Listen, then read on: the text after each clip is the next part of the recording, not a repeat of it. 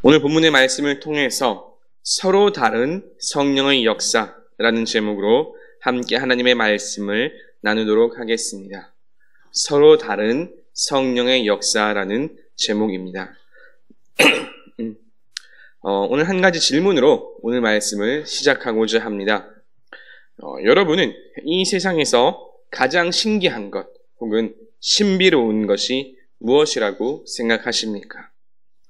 사람마다 이런저런 다양한 대답을 할 수 있겠지요.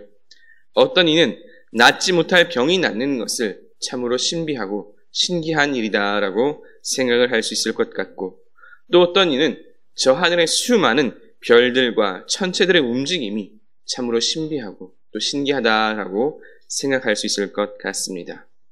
또 어떤 이들은 각자의 경험 속에서 각각의 그런 일반적인 상식으로 이해할 수 없는 여러 가지 일들을 신기하고 또 신비롭게 여길 수 있을 것 같습니다. 그런데 그런 수많은 것들 중에서 가장 많은 사람들이 신비롭게, 신기하게 여기는 것, 또 가장 많은 사람들이 연구 대상으로 삼는 것이 한 가지 있습니다. 그것은 바로 빛입니다. 빛. 빛은 그 자체만으로 무궁무진한 연구의 가치가 있겠지만, 저는 빛의 가장 대표적인 한 가지 특성, 말 그대로 빛이 비추인다라는 것으로 오늘 말씀을 시작해 보고자 합니다. 저는 개인적으로 이 빛에 대해서 생각할 때 똑같은 빛이지만 상황에 따라서 어떤 이는 이 빛을 아주 긍정적으로 받아들이는 한편, 또 어떤 이에게는 이 빛이 아주 치명적으로 작용하는 점이 참 신기하게 다가왔었습니다. 어두운 밤길에 등불로 빛을 비추인다면 그 사람에게는 그 빛이 말 그대로 앞을 비춰주는 빛이 될 것입니다. 또 깜깜한 방에서 물건을 찾는 이에게도 작은 촛불의 불빛은 아주 요긴하게 여겨지겠지요. 그러나 또 어떤 이들, 그런 사람들은 빛이 비추이는 것 자체를 싫어하는 사람들도 있을 것입니다. 가장 대표적인 부류가 범죄자들이겠지요. 어두운 길, 으슥한 길을 선호하며 경찰이나 방범대가 후레쉬를 들고 얼굴을 비추거나 하면 극도로 경계하고 달아납니다. 똑같은 빛인데도 어떤 이들은 이 빛을 아주 긍정적으로 감사하는 마음으로 받아들이는 한편, 또 어떤 이들은 빛 자체를 싫어하며 빛이 비추이면 도망가는 이들도 있습니다. 신기하지 않습니까? 저 역시 어린 시절부터 이런 것들이 참 신기했습니다. 비단 빛뿐만 아니라 똑같은 특성임에도 불구하고 사람에 따라 혹은 상황에 따라 긍정적으로 혹 부정적으로 인식될 수 있다는 점이 참 신기하게 여겨졌고, 그 가운데 가장 대표적인 것이 바로 이 빛이었습니다. 오늘 말씀에서 이 빛과 같은 똑같은 특성을 가진 현상이 하나 나타납니다. 그것은 바로 성령의 역사입니다. 오늘 말씀에서는 똑같은 성령의 역사임에도 불구하고 이 성령의 역사가 어떤 이에게는 심판과 죽음으로, 또 어떤 이에게는 치유와 회복으로 나타납니다. 그러면 무엇이 달랐기에 똑같은 하나의 한 분 성령의 역사가 이들에게 서로 다르게 나타났을까요? 그리고 그러면 어떻게 하면 이와 같은 성령의 역사를 올바로 온전히 경험할 수 있을까요? 이에 대해 오늘 말씀을 통해 함께 나누어 보고자 합니다. 오늘 말씀 우리가 아주 잘 아는 말씀인 동시에 아주 두려운 말씀이기도 합니다. 예루살렘 초대교회에 아나니아와 삽비라라는 이 부부가 있었는데, 이들은 자신들의 소유, 땅을 팔아서 베드로와 사도들 앞에 헌금을 하는 아주 귀한 일, 아름다운 일을 합니다. 그러나 오늘 말씀을 보면 이들이 한 헌금은 결코 칭찬을 받지 못합니다. 칭찬은커녕 이 부부가 한날에 죽임을 당하는 아주 끔찍한 결말을 맞이하게 되지요. 어찌 보면 초대교회 역사에서 참으로 비극적인 일이라 할 수 있습니다. 어쩌다 이들 부부는 귀한 헌금을 했음에도 불구하고 이처럼 안타까운 결말을 맞이하게 되었을까요? 그 이유는 이들 부부가 사도들을 비롯한 성도들을 속였기 때문입니다. 그들이 이런 큰 문제를, 큰 일을 당한 이유는 바로 속였기 때문입니다. 혹 그들이 땅을 판 일부만 헌금한 것이 문제가 된 것일까요? 그것은 전혀 문제가 되지 않습니다. 혹 이 본문을 보고 오늘날의 성도들도 어쩌면 내가 가진 전부를 헌금해야만 하는 것이 아닌가 하고 걱정할 수도 있겠지요. 그러나 그런 문제가 아닙니다. 이것은 액수의 문제도 아니고 일부의 문제도 아닙니다. 문제는 이들이 마치 자신들이 가져온 돈이 그들의 전부인 양 속이고 자신들의 모든 것을 하나님께 바치는 양 사도들과 성도들을 속이고 기만한 것입니다. 그리고 이것이 그토록 문제가 되는, 큰 문제가 되는 것은 이들의 거짓말이, 적나라하게 말해서 이들의 일종의 사기 행각이 사람들을 속인 것일 뿐만 아니라 성령을 기만한 일이기 때문입니다. 이것이 오늘 말씀의 첫 번째 주제이기도 하지요. 성령을 기만하면 반드시 심판받는다는 것입니다.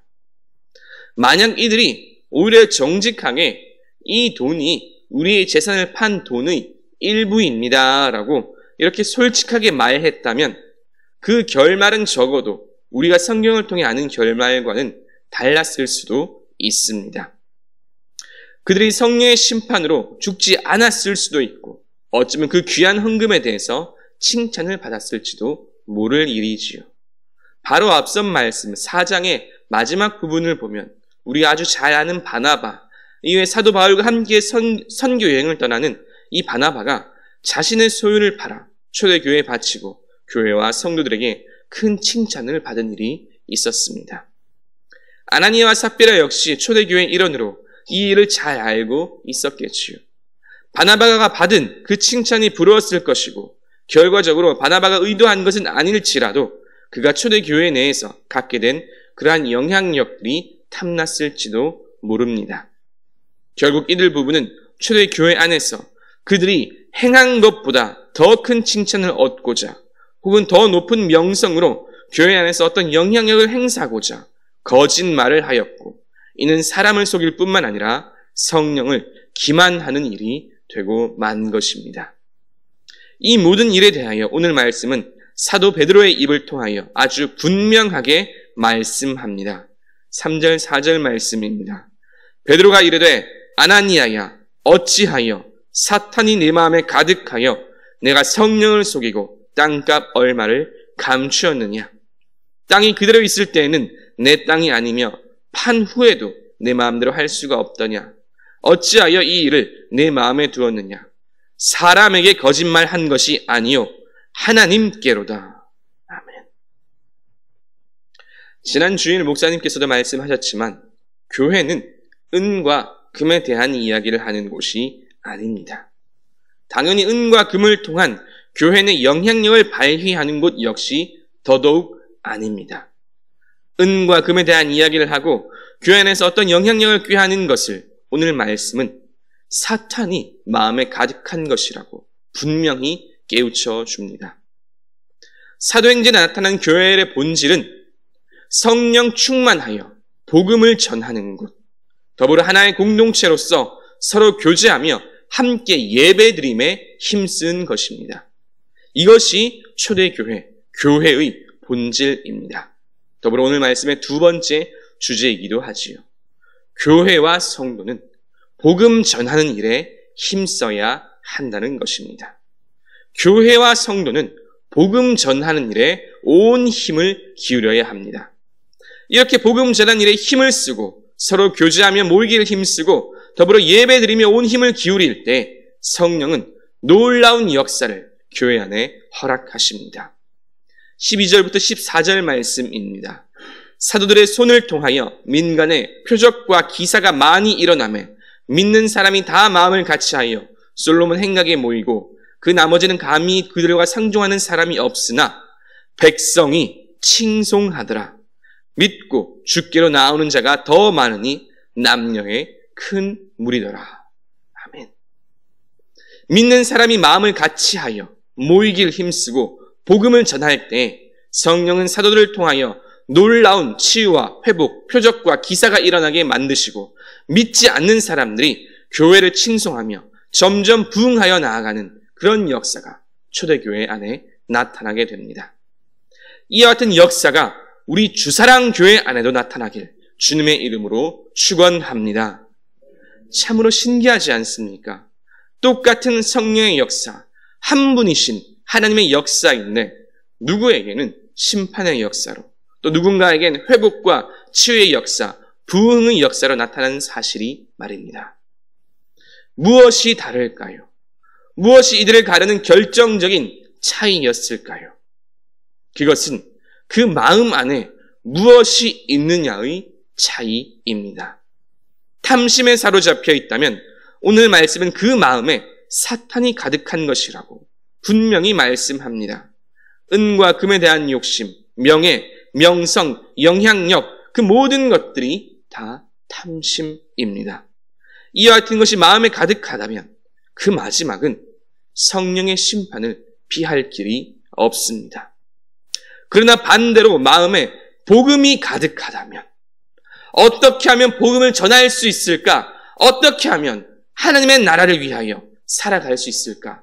하는 이 마음이 가득하다면 그 사람은, 그리고 그러한 교회는 이미 이 땅에서 하나님의 나라를 누리고 또 그 사람과 교회를 통하여서 복음이 전파되며 성령의 놀라운 그러한 기적의 역사를 계속해서 경험할 수 있습니다.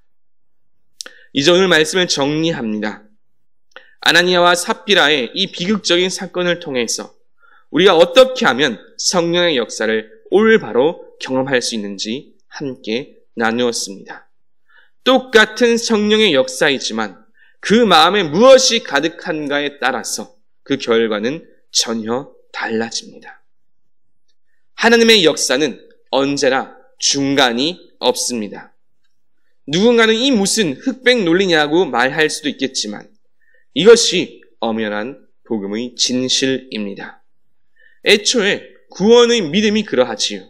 예수 그리스도를 믿으면 하나님의 나라, 천국을 소유하지만 믿지 않으면 지옥입니다. 예수 그리스도의 재림과 심판도 마찬가지입니다. 예수 그리스도를 믿는 백성은 자다가도 들려 올려지지만 그렇지 않은 사람은 남겨지겠지요. 하나님의 악인에 대한 심판은 악인 그 사람 자체에게는 심판이고 죽음이지만 그렇지 않은 하나님의 백성에게는 그 심판이 아이러니하게도 생명의 구원으로 임합니다. 하나님의 모든 역사는 언제나 이와 같습니다. 똑같은 하나님의 역사이지만 그 마음에 무엇이 가득한가에 따라 욕심과 탐심을 따라 사탄이 가득한지 아니면 복음의 열정으로 예수 그리스도를 향한 그 마음이 가득한지에 따라서 누군가에게는 심판의 역사로 누군가에게는 구원의 역사로 임합니다.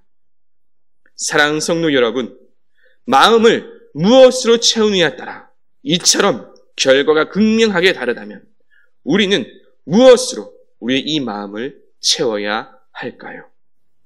당연히, 너무나도 당연히 예수 그리스도의 복음과 복음을 향한 열정으로 채워야 할 것입니다.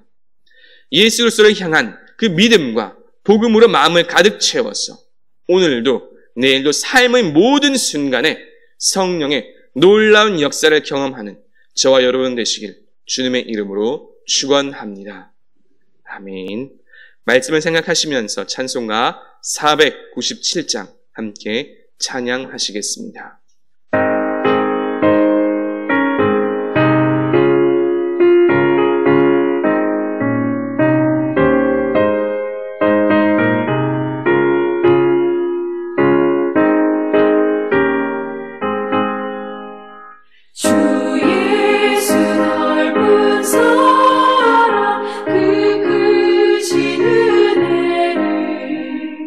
나 힘써 전파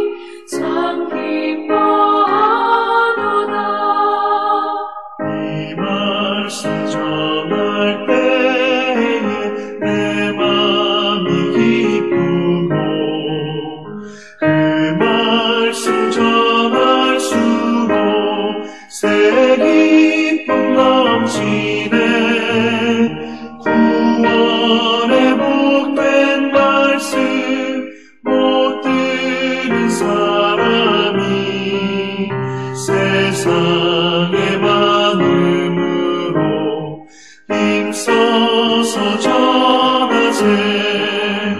예부터 전한 말씀 주 예수 크신 사랑 나 항상 전파하니 참 기뻐하도다.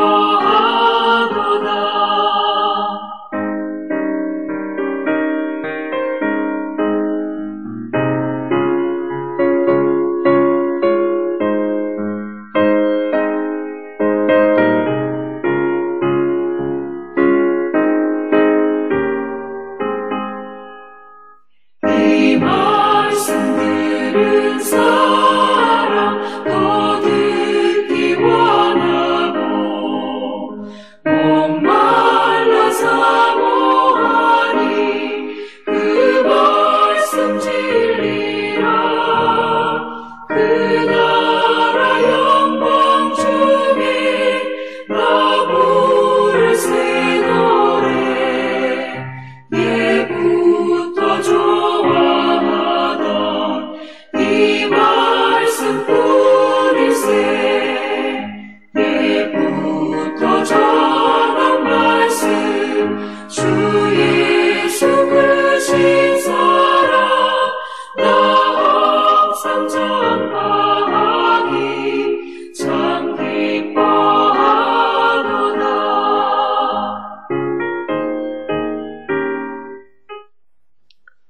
이제는 우리를 구원하신 예수 그리스도의 은혜와 아버지 하나님의 그 크신 사랑과 언제나 우리가 동행하시며 인도하시는 성령 하나님의 교통하심이 복음을 향한 열정으로 그 마음을 가득 채워서 날마다 성령의 기적의 역사를 경험하기를 소망하는 모든 주의 자녀들과 그 삶 위에 이제로부터 영원토록 함께 하시길 간절히 축원하옵나이다.